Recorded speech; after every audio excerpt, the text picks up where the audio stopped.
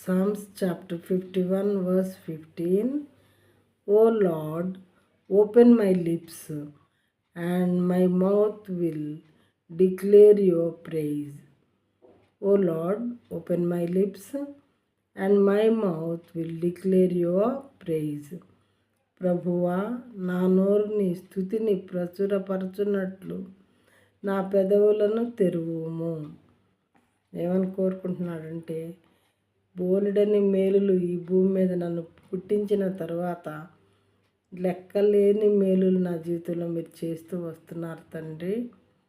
వాటన్నిటిని బట్టి నేను మిమ్మల్ని స్తుతించున్నట్లు నా నోరు మీరు తెరవండి. నా నోరు తెరిస్తే నేను మిమ్మల్ని స్తుతిస్తాను. స్తుతించే మనసు నాకు ఇవ్వండి, స్తుతించే టైం ఇవ్వండి.